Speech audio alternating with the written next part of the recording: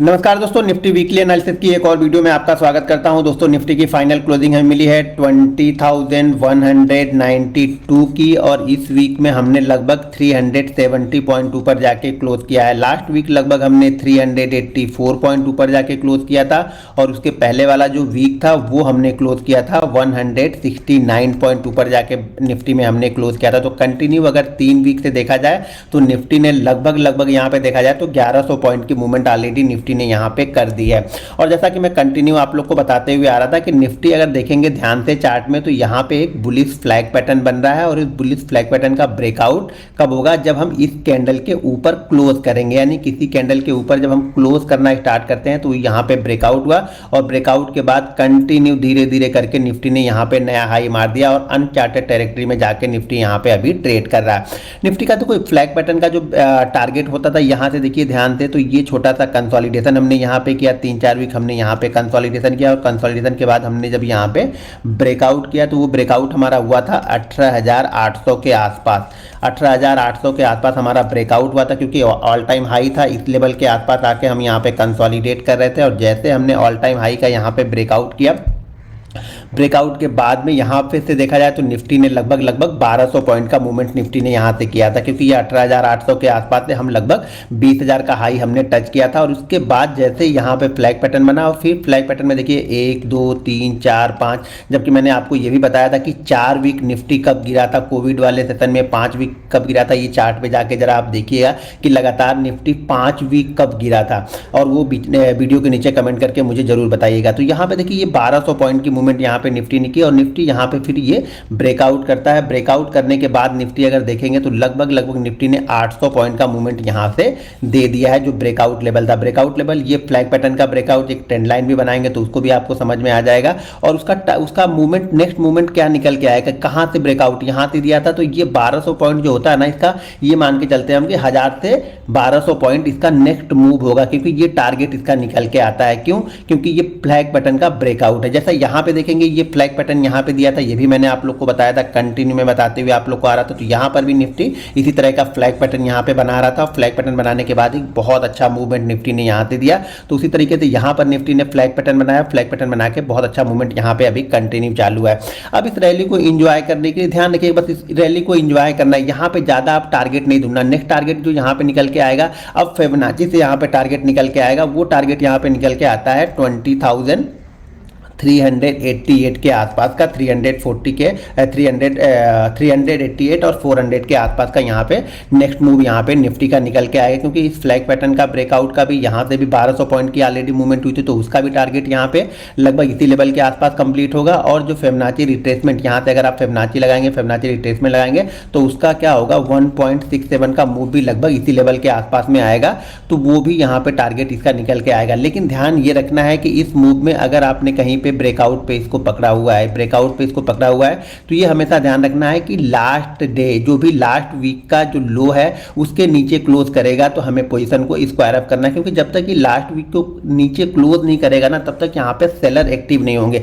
चीजों को ध्यान से समझिए। यहाँ पर भी ध्यान से देखिए, जैसे ब्रेकआउट हुआ कभी भी इसने क्या किया, लास्ट वीक के लो के नीचे यहाँ पे आके क्लोज नहीं किया। अगर लो के नीचे आया तो अगले वीक में जैसे स्टार्ट हुआ ऊपर की साइड में स्टार्ट हुआ, तो लास्ट वीक के लो के नीचे ये रिस्पेक्ट कर रहा है कि लास्ट वीक के लो के नीचे नहीं आ रहा है। यहाँ पे लास्ट वीक के लो के नीचे आया तो इसने 3-4 वीक हमें टाइम बिताया, टाइम बिताने के बाद यहाँ पे ब्रेकआउट देके ऊपर की साइड में निकला है। तो सबसे बेस्ट कंडीशन यही होती है कि जब भी बड़ा ब्रेकआउट हो, वीकली चार्ट पे ब्रेकआउट हो, तो हमेशा वीकली चार्ट पे ही आपको स्टॉप लॉस लगाना चाहिए जिससे आपके बड़े मूवमेंट आपके कैप्चर हो जाए। नहीं तो ये 50-60 पॉइंट का एसएल तो दिन भर के दौरान करता ही रहेगा, ऊपर आएगा नीचे जाएगा। लेकिन वीकली चार्ट पे देखिए क्या जबरदस्त यहाँ पे मूवमेंट होती हुई जा रही है। जैसे कहीं पर भी यहाँ पे अगर आप वीकली चार्ट देखेंगे, देखिए जब क्वांटिटी आपके मैनेज करने लायक होगी ना तो आप इस चीज़ों को फॉलो कर सकते हैं। जब क्वांटिटी आप मैनेज नहीं कर सकते, ज़्यादा क्वांटिटी ट्रेड करेंगे तो ये चीज़ें मैनेज नहीं हो। कभी भी देखिए यहाँ पे ब्रेकआउट हुआ 1 2 3 4 5 6 7 वीक कंटिन्यू यहाँ पे ऊपर की साइड पे गया। यहाँ पे ब्रेकआउट हुआ 1 2 3, ये वाला एक छोड़ देंगे थोड़ा सा यहाँ पे, क्योंकि ब्रेकआउट हुआ था तो ये ब्रेकआउट को पहले टेस्ट करा, क्योंकि काफ़ी टाइम यहाँ पे हमने बिताया था। लगभग हमने यहाँ पे 4 से 5 महीने का ये पैटर्न बना था, तो थोड़ा सा यहाँ पे टेस्ट करा था। टेस्ट करने के बाद एक बार जब निकला तो यहाँ पे देखिए 1 2 3 4 5 6 7 8 9 10 11 12 13 13 वीक तक इसने अपने लास्ट लो के नीचे कभी क्लोज ही नहीं किया, लास्ट लो के नीचे कभी ये क्लोज ही नहीं किया। तो उसी तरह के पैटर्न यहाँ पर भी हैं। तो चीज़ों को समझिए, देखिए ऊपर का आपको 100, 150, 200 पॉइंट छोड़ना ही पड़ेगा, क्योंकि अगर आप यहाँ पे मान के चलिए कि अगर आप इसको लगाते हैं तो नेक्स्ट वीक में यहाँ पे आता है तो ये आपको 250 से 300 पॉइंट ऊपर के छोड़ने ही पड़ते हैं। लेकिन इसी में आपको बड़े मूव कैप्चर होते हैं। जब मार्केट बड़ा रैली देता है, बड़े मूव देता है, तो आप अगर डरते नहीं हो, पिछले लो के नीचे मार्केट नहीं आता है, तो आप एक बड़ी रैली को यहाँ पे इंजॉय करके निकल जाते हो।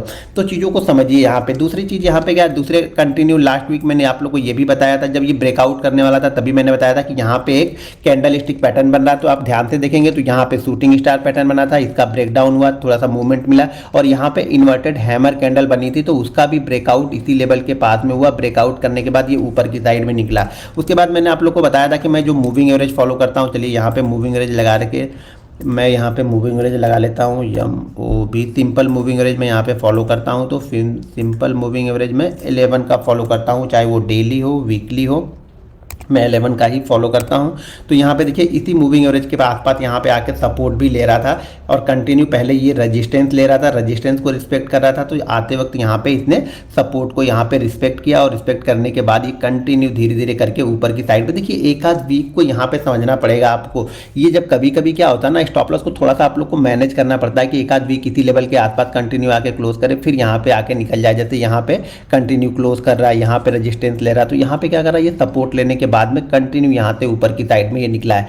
तो अब इसके नेक्स्ट मूव का यहाँ पे वेट करना पड़ेगा। ध्यान रखिएगा कि ऑलरेडी अगर नीचे से देखेंगे, यहाँ से देखेंगे, अगर ये ग्रीन कैंडल से देखेंगे तो लगभग 1000 पॉइंट की मूवमेंट हो चुकी है। तो चीज़ों को समझ के ट्रेड लीजिएगा। नया ट्रेड बनाते वक्त आपको स्टॉप लॉस बहुत क्लेरिफाई रखना पड़ेगा, क्योंकि मेरे ख्याल से अब ये जो हाई पहले था ना, ये हमारा बेस्ट यहाँ पे सपोर्ट का काम कर सकता है। सपोर्ट यहाँ पे बेस्ट क्या बनेगा, ये जो पिछला हाई बना हुआ था, उसके नीचे अगर मार्केट क्लोज करता है तो फिर थोड़े बहुत यहाँ पे सेलर एक्टिव होते हुए दिखेंगे। लेकिन ध्यान रखिएगा, जब तक मार्केट मोमेंटम बना रहा है, इस मोमेंटम में आप यहाँ पे बने रह सकते हैं। और अब बड़े पैटर्न पे अगर देखा जाए इसको, तो बड़े पैटर्न में मैं आप लोग को थोड़ा सा दिखाऊं, तो बड़े पैटर्न में देखेंगे तो यहाँ पे क्या हुआ था, राउंडिंग पैटर्न का भी ब्रेकआउट हुआ था, जैसा कि मैंने आप लोग को पहले बताया हुआ है। चीज़ों को जब तक आप देखेंगे, समझेंगे, तभी आप चीज़ें समझ में आएंगी। तो यहाँ पे राउंडिंग पैटर्न का ब्रेकआउट हुआ था, तो राउंडिंग पैटर्न में यहाँ पे देखेंगे तो कितना ये 16800, और ये हाई जो है वो 18800 यहाँ पे है। तो ये 2000 पॉइंट है, ध्यान रखिएगा ये 2000 पॉइंट है। तो इसका जो राउंडिंग पैटर्न का जो मूवमेंट निकल के आएगा, जो टारगेट निकल के आएगा, वो टारगेट यहाँ पे कहाँ पे रहता है, यहाँ से 2000 पॉइंट, यानी 18800 से कहाँ तक मूवमेंट जा सकती है, फिर ये 20800। ये जो टेक्निकली जो टारगेट है वो उसकी बात कर रहा हूँ, ये टारगेट टेक्निकली, सॉरी हाँ 20800, तो ये टेक्निकली टारगेट है, क्योंकि 16800 से ये राउंडिंग पैटर्न बनना स्टार्ट हुआ, इस यहाँ से आया, यहाँ पे देखिए 18800 से हम आए कहाँ पे 16800, 16800 से हम फिर 18800 पे गए, और यहाँ पे हमने ब्रेकआउट किया। तो इस ब्रेकआउट का ये जो लॉन्ग टर्म चार्ट है, लॉन्ग टर्म चार्ट है, अगर देखेंगे वीकली चार्ट में, तो लगभग ये कहाँ पे बना है, नवंबर 2022 से लेकर के यहाँ पे जून 2023। तो एक बड़ा चार्ट यहाँ पे, और यहाँ से जो ब्रेकआउट निकल के आएगा, तो इसका ये जो भी ये चीज़ होती है ना, यही चीज़ आगे हमारे लिए टारगेट का काम करती है। तो इसका भी टारगेट निकल के जो आएगा वो लगभग 20800 के पास निकल के आएगा। ऐसा नहीं 20800 ऐसे चला जाएगा, 20800 हो सकता है यहाँ पे आए, फिर नीचे जाए, फिर ऊपर की साइड में निकले, हो सके यहाँ पे एक अच्छा मूवमेंट मिल सके 800 पॉइंट का, तो हो सके यहाँ